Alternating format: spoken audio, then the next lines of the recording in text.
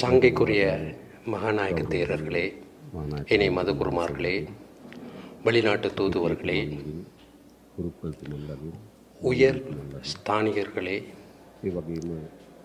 பிரதம நீதியரசரே, அழைப்பு விடுக்கப்பட்ட சிறப்பு அதிதிகளே, எமது நாட்டின் சனநாயகத்தின் மிக முக்கியமான பண்பு மக்களால் தம்மை ஆள்வதற்கான ஆட்சியாளரை தெரிவு செய்து கொள்வது என்பது எங்களுக்கு தெரியும்.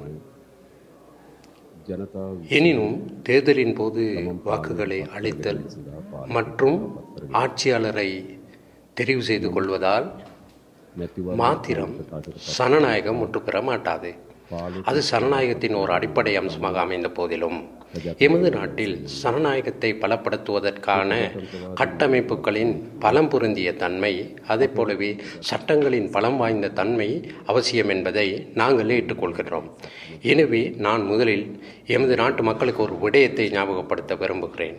இந்த நாட்டின் சனநாயகத்திற்காக எனது உச்ச அளவிலான அர்ப்பணிப்பினை எனது பதவிக்காலத்தில் வெளிக்காட்டுவேன். அதே போலவே எமது நாட்டில் தேர்தல் ஒன்றின் போது அதிகார பரிமாற்றத்தின் போது அது சனநாயக ரீதியாக இடம்பெற்ற வரலாறு நிலவுகின்றது. ஒருபோதுமே தேர்தல் ஒன்றின் போது இடம்பெறுகின்ற அதிகார பரிமாற்றத்தை எந்த ஒரு தலைவரும் நிராகரித்ததில்லை. அதற்கெனக்கு செயலாற்றி முன்னாள் ஜனாதிபதி கௌரவ ரணில் விக்ரமசிங்கே அவர்கள் மக்கள் ஆணையை சுமூகமாக ஏற்றுக்கொண்டு இந்த ஜனநாயக அதிகார பரிமாற்றத்திற்கான அவருடைய அர்ப்பணிப்பையும் முன்மாதிரியான தன்மையையும் வெளிக்காட்டியமைக்காக நன்றி கூற கடமைப்பட்டுள்ளேன். அதே போலவே எங்களுக்கு கிடைப்பது சவால்கள் நிறைந்த ஒரு நாடு என்பதை நாங்கள் மிகவும் ஆழமாக விளங்கிக் கொண்டிருக்கிறோம்.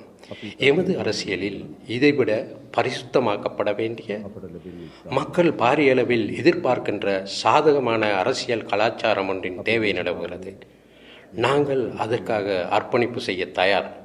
எமது நாட்டின் அரசியல்வாதி மற்றும் அரசியல் பற்றி பிரஜைகள் மத்தியில் பாதகமான ஒரு அபிப்பிராயமே நிலவுகிறது. அது பொருத்தமற்ற ஒரு இடமென்றே கருதுகிறோம். எனவே நாங்கள் எமது பக்கத்தில் உச்ச அளவில் மீண்டும் அரசியல் பற்றியும் அரசியல்வாதி பற்றியும் மக்களின் நன்மதிப்பினையும் நம்பிக்கையும் ஏற்படுத்துவதற்காக எமது தரப்பில் ஆற்றக்கூடிய பணிகளை ஆற்ற தயார். அத்துடன் எங்களுக்கு கிடைக்கின்ற இந்த ஆழமான நெருக்கடியானது வெறுமனே ஓர் அரசாங்கம் அல்லது அரசியல் கட்சி அல்லது ஒரு தனிநபரால் மாத்திரம் கடந்து செல்லக்கூடிய நிலையில் இருப்பதாக நாங்கள் நம்பவில்லை. ஏனென்றால் நான் இதற்கு முன்னரும் நான் ஒரு மாயாஜால வித்தைக்காரன் அல்லவென கூறியிருக்கிறேன். நான் ஒரு மெஜிக்காரன் அல்ல. நான் இந்த நாட்டில் பிறந்த ஒரு சாதாரண பிரஜை. ஆற்றல்கள் இருக்கின்றன, ஆற்றாமைகளும் இருக்கின்றன, நாம் அறிந்த விடயங்களும் இருக்கின்றன, அறியாத விடயங்களும் இருக்கின்றன. ஆனால் என்னுடைய முதன்மை பணி ஆற்றல்களை உறிஞ்சி எடுத்து அறிந்தவற்றை ஒன்று திரட்டி மிகச்சிறந்த தீர்மானங்களை மேற்கொண்டு இந்த நாட்டை நெறிப்படுத்துவதாகும். அதனால் அந்த கூட்டான இடையீட்டின் பங்காளியாவதே என்னுடைய பொறுப்பாகும்.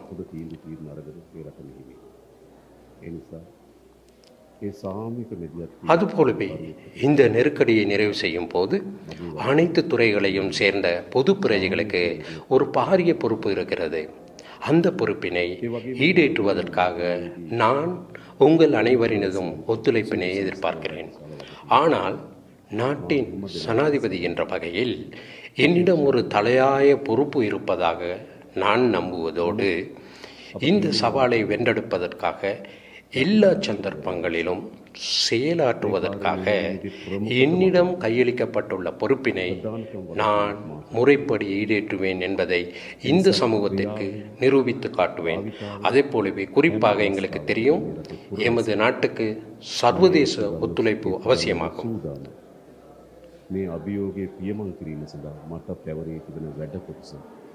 எமது நாட்டுக்கு சர்வதேச ஒத்துழைப்பு அவசியமாவதைப் போலவே உலக நாடுகள் மத்தியில் எத்தகைய அதிகார பிளவுகள் இருந்தாலும் நாங்கள் உலகில் தனிமைப்படுத்தப்பட்ட ஒரு நாடாக அமைந்துவிட முடியாது. உலகத்துடன் கூட்டாக ஒருங்கிணைந்து பயணிக்க வேண்டும். அதற்கு அவசியமான தீர்மானங்களை மேற்கொள்வதில் நாங்கள் ஒருபோதுமே தயங்க மாட்டோம். அதே போலவே எமது நாட்டை கட்டியெழுப்புகையில் கைத்தொழில் அதிபர்கள், தொழில் முனைவோர் முக்கியமானவர்களாக கருதப்படுவார்கள். எனவே அவர்களை பலம் பொருந்தியவர்களாக கட்டியெழுப்ப அரசாங்கத்தின் செயற்பாடுகளுக்கு ஒத்துழைப்பு வழங்கி உதவுவார்கள் என நாங்கள் நம்புகிறோம்.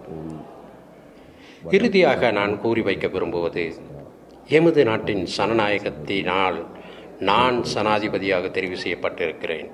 அவ்வாறு தெரிவு செய்து கொள்வதற்காக மக்கள் எனக்கு வாக்களித்திருக்கிறார்கள். எனக்கு அளிக்கப்படாத வாக்குகளும் இருக்கின்றன. எனவே எமது வெற்றியின் உள்ளடக்கம் மற்றும் அளவு பற்றி எமக்கு சிறந்த புரிந்துணர்வு இருக்கின்றது. எனவே எமக்கு ஒத்துழைப்பு நல்காத, எம்மை நம்பாத பிரஜைகளின் ஒத்துழைப்பினை பெற்றுக்கொள்வதும் அவர்களின் நம்பிக்கையை வென்றெடுப்பதும் எனது ஆட்சி காலத்தில் எனக்கு கையளிக்கப்பட்டுள்ள பொறுப்பாக அமைகின்றது.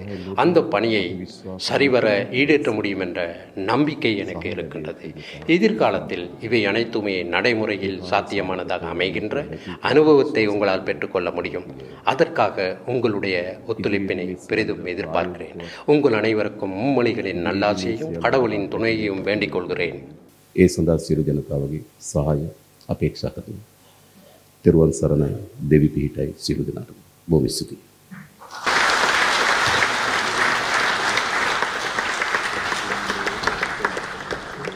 டிவிஐ யூடியூப் சேனலில் இணைந்திருக்கும் நேர்கள் அனைவருக்கும் எமது நன்றி.